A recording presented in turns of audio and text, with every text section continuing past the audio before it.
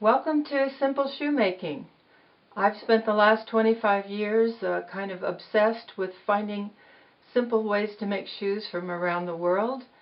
Lots of traditional cultures have had shoes that are really fun to make, and so my goal of this website is to inspire you to start making simple shoes. I have one gallery of sandals on my blog that shows all the kinds of sandals that I see that aren't necessarily in my pattern books, but you can easily figure out how to make them by having the basic information from the books. And you'll find out that so many shoes that you see that are selling for hundreds of dollars, you can really make yourself. You can make shoes for your whole family. I've gotten really involved with making shoes for children all the way down to little babies. And of course, children are always really needing new shoes. So it's to imagine what the cost might be that you spend in a child's growing years on shoes. Not to mention that when my little granddaughter wears these shoes, they're so noticeable because they don't look like they're mass-produced, and I mean they are not. Plus, they're made out of the most totally ecological materials, really healthy for her, healthy for the planet. So, to give more of an overview, I've written 6 or 7 books on how to make different kinds of shoes, and I'm wanting you to start small businesses. I'm not saying that any of these are patterns that you can't reuse. Hopefully you'll find a way to make them really speak about you. You can go off on a little riff from something that you see in one of these books. So I have books on how to make shoes for women, which has over 40 patterns in it for different varieties of women's shoes. I have a book on shoemaking for children, sandals, the simplest kind of sandals, and moccasins. I also have a video and book on making stitch down Renaissance Faire boot. Stitch down shoemaking is the way that I have gone until just recently, and I've found something that I think is even simpler and more fun and has more possibilities than the stitch downs, which I'll start off showing you my shoes by showing you the Lowmocks. I think I got started on making Lowmocks by shifting the kinds of shoes that I was making for my little granddaughter. I was making the typical stitch downs like I make, and it seemed like when she was first learning how to walk that it was just a little too much edge that made her walk kind of uncomfortably. So I started thinking about, if I make it more rounded, maybe that would be better for her. And so I took the sole, and instead of turning it out and stitching it, I turned it up and stitched it. And when she tried these on and started walking, it made a big difference. So I decided this kind of Lowmock is the way to go for making children's shoes, and especially for children when they're first learning how to walk. These are Lowmocks in that they have just a 1/4 inch of an edge here that turns up. So the sole is like the bottom of her foot with a 1/4 inch added to the sole so that I can turn it up and stitch it to the uppers. When I started trying the same process with adult shoes, I made the edge quite a bit higher than that. I am using a 5/8 inch edge, and I'll show you now what I'm talking about and what I developed for adult shoes. And that is, instead of the sole being one piece that comes up, which by the way I haven't tried, but I really want to get around to doing that, maybe even with our inner tube. as being the surface that would be on the ground. But what I've done is stitch a sole, a bottom sole out of outdoor soling material in place to this edge, and then turn the edge up. I went to my book, How to Make Simple Shoes for Women, and took 5/8 inch off with a compass around the edge of the bottom of each of the upper patterns, and then I've added this 5/8 inch edge standing up. So I figured if I stitched this sole to the upper that it might be a good fit, and it was. These shoes fit me just fine, so I knew I was onto something. You can make this edge any height that you want. It can be just as low as like the ones you saw in the children's shoes, or it can come up, this, as I said, this is 5/8 inch. Up an inch or so might work. Of course, you don't want it higher than the height of your toes. But the reason why this technique for making shoes is simpler than the stitch downs is that for stitch downs it's really almost essential to have lasts. And even though I have a nice company in Mexico that I order lasts from now, and you can do the same, it might be prohibitive for some people to purchase them. And here you don't need a last because, for one thing, your toe has a nice shape, so that's one of the purposes of lasts, and it has a nice height. So you don't really need a toe box, a piece in there to keep the shoe from draping down over your toes and not looking quite so neat. So this eliminates the toe box and eliminates a last. So those two reasons make this a much easier shoe to make. Plus, this sole that you use for the bottom sole, it probably would be just one piece of material. In the stitch downs, you have the upper turning out and sometimes 2 layers for the sole. So you have to have a belt sander to smooth the edge down of all those different layers as the last step before the shoe is finished. Here you've just got one piece, so you can sand the edge, but you don't have to try to make it blend in with the material from the upper. So you just smooth this edge off with a piece of sandpaper, and it probably would look fine.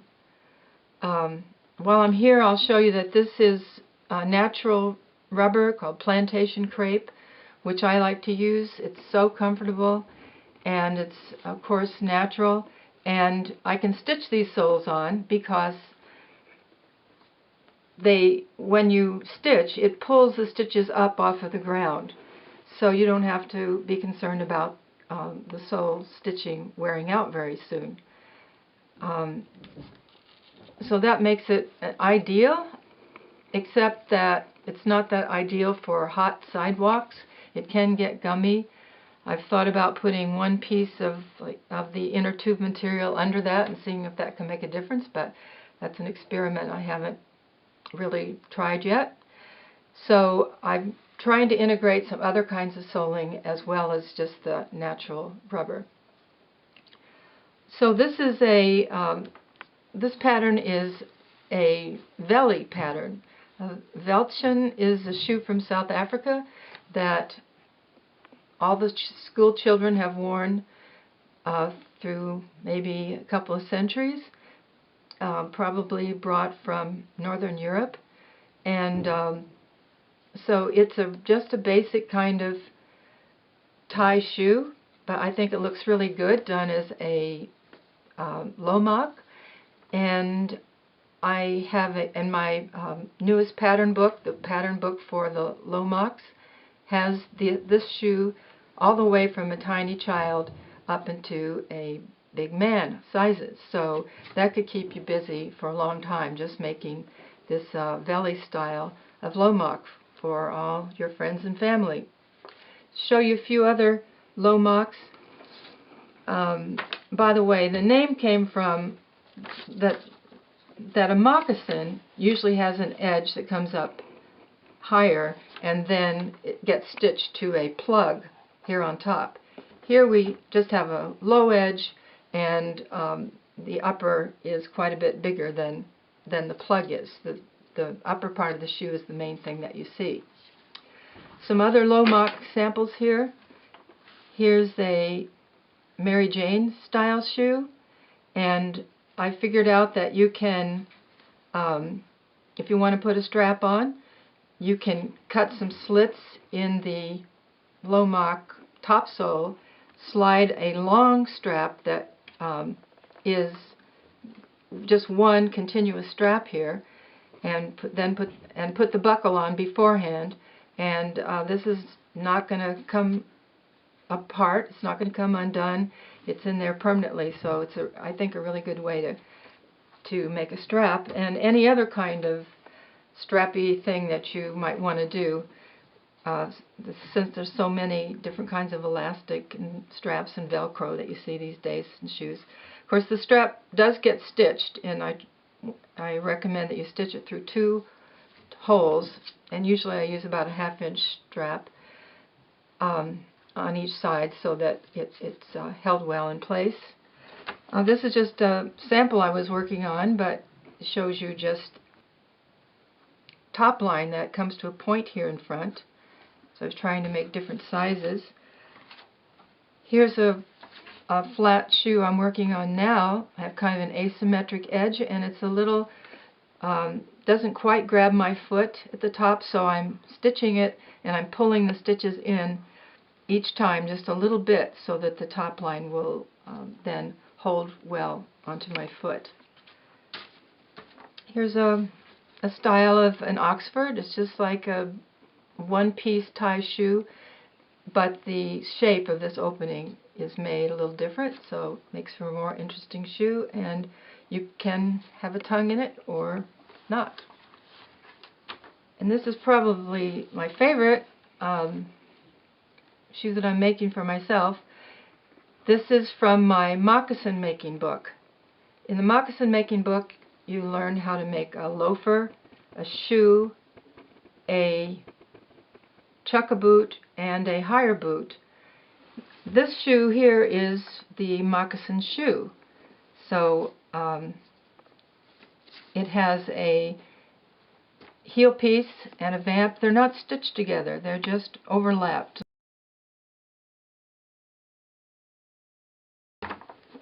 While we're on moccasins, I'll show you some samples of these. You saw the loafer, red suede shoe. Here's the Chukka boot. So a little higher, and you could have laces here, or this is kind of more of a traditional look to it. And this has a thin layer of natural rubber on the sole. And here's the boot. That all it is you take the shoe and then add this extra piece to it. But here I did the shoe separately because that would, when you would spread this all out, it would take a huge amount of good leather all in one place on a hide, and that's kind of hard to find. So, and this boot can go on up as high as you'd like it to go. So this is a great boot pattern to use with the Lowmock process.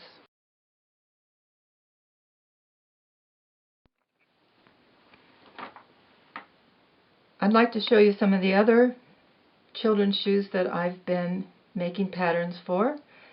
I've worked with felt a lot this past year, both for adult shoes and children's shoes, and not sure if I like the felt shoes so much with the Lowmock look. I think I like it with the stitch down look a little better, but and I like this pattern with the flap over. I think it stays on the foot really nicely. So here's a few other samples of that kind of shoe. Just variations on the top lines here. And you also can make a nice shoe like this from felt.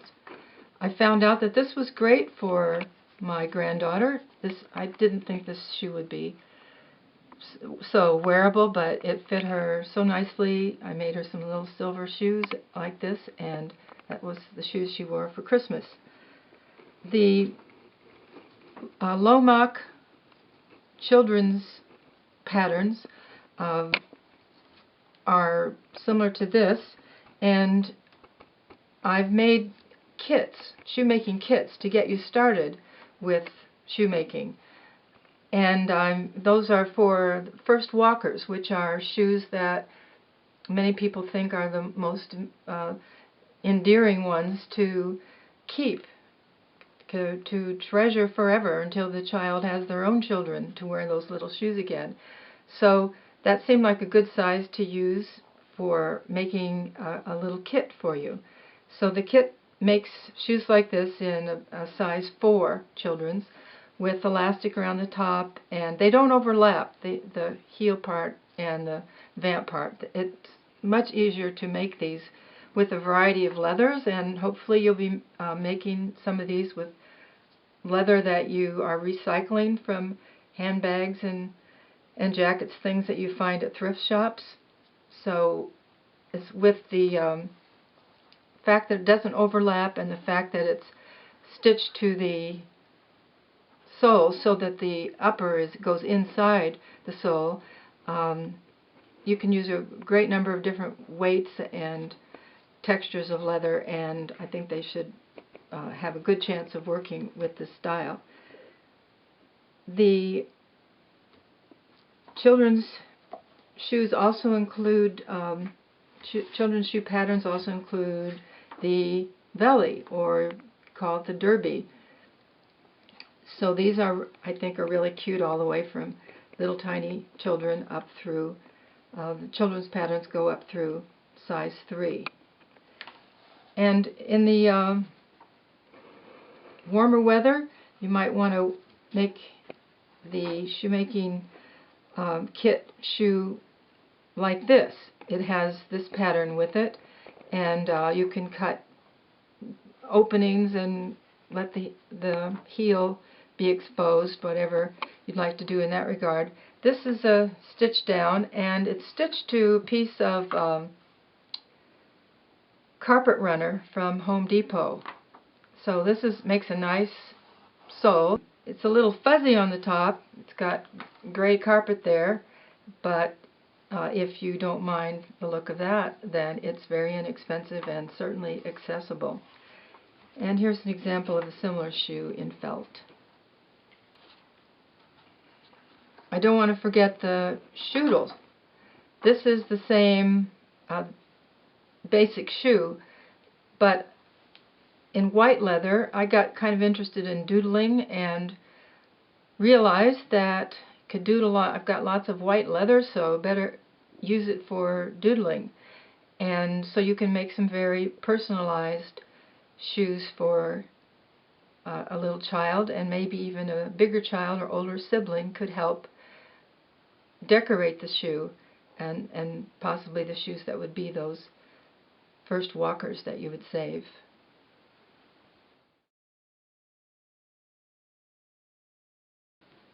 Sandals. I was amazed that I went to Santa Fe last year and couldn't find a sandal maker. So that gives me an idea that it's an opportunity for small businesses all over the country. And let's see, some of these styles are from How to Make Simple Sandals, and the other few are from How to Make the Simplest Sandals. And Simplest Sandals, as I said, has patterns from the small child up to the big man. How to Make Simple Sandals has women's sizes. Some of the styles here are a flip-flop, but a flip-flop with a band across it, so it's much more stable. And here's a sandal I really love. This is a gladiator style, but it's made with a continuous strap, so that means that you can constantly tighten the strap up, so you can pull it. The strap goes under your foot. between the top sole and the bottom sole. So it can always fit nice and snugly against your foot. Got this pattern from people who were retiring from a sandal making business of many decades in Provincetown, Mass, and they were ready to let the pattern go. So I think they just made a few styles, and that provided them with a livelihood. So maybe it can do the same for you. Here's one I really like, is the loop sandal. It has loops on it, and you can easily change what you put through those loops to hold the sole onto your foot. It can be cloth pieces,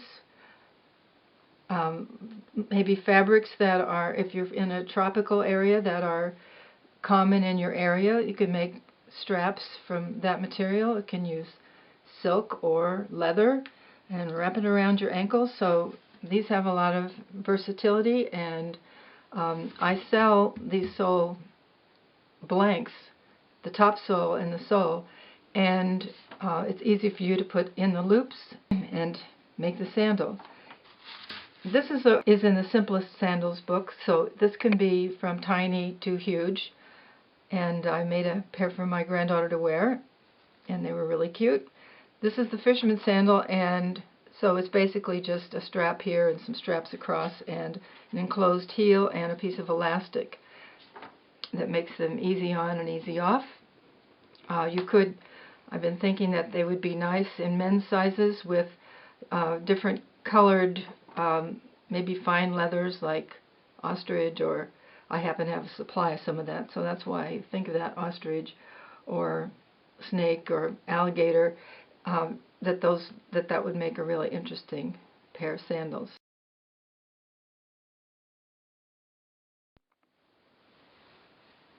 Here are shoes and boots made from felt. This is a stitched down shoe made from 3mm thickness felt, and I've enjoyed wearing these. Both of these boots are made using the soles with an edge technique, or sometimes I call it the faux mock, because it looks like you're doing the same thing as the low mock, but actually you're not. There's a band around here. You're not standing on a piece of the leather curved up, but you're standing on a sole that has this edge of a strip standing up from it. This is a center seam pattern from the How to Make Simple Shoes for Women book, as is this. So this is handmade felt, so this lovely material can be used to make footwear. Here I used an old coat that I put in the washing machine with hot water to felt it, and just put some embellishments of other scraps of fabric that I had, and I really enjoy wearing these. These are some more Renaissance Fair or medieval kinds of shoes. This is my way of making a Renaissance Fair boot. As you can see, it's a stitch down, and you can do all the applique and special buttons and all that you would have on a more commonly seen turn shoe process that's used to make Renaissance Fair boots, but I think these work fine too with the natural rubber sole. These are from a pattern that someone gave me, an old German pattern. So these are a tutorial on my website. So this is your kind of typical moccasin, and then I tried to update it to make something contemporary. So here's a little sandal that you can make using the same pattern.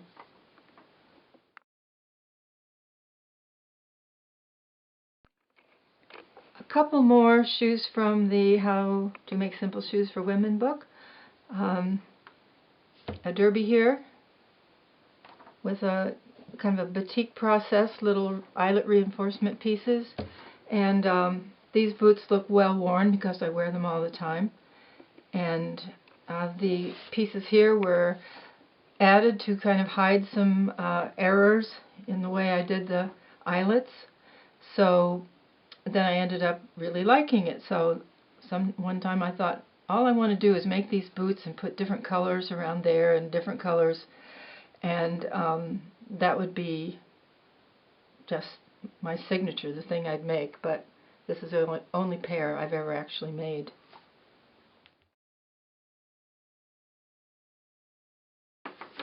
Here's another faux mock, meaning that this is a strip around here. It's actually some woven tape that you can get at any fabric store, and that has been stitched around the edge of the sole, standing up. And so I have patterns that you can use to sew out of beautiful fabrics of your own espadrille, and then stitch it. I used a buttonhole stitch to stitch it to this edge. You can either make the edges yourself. I have the directions on my site, or you can purchase these already made from me.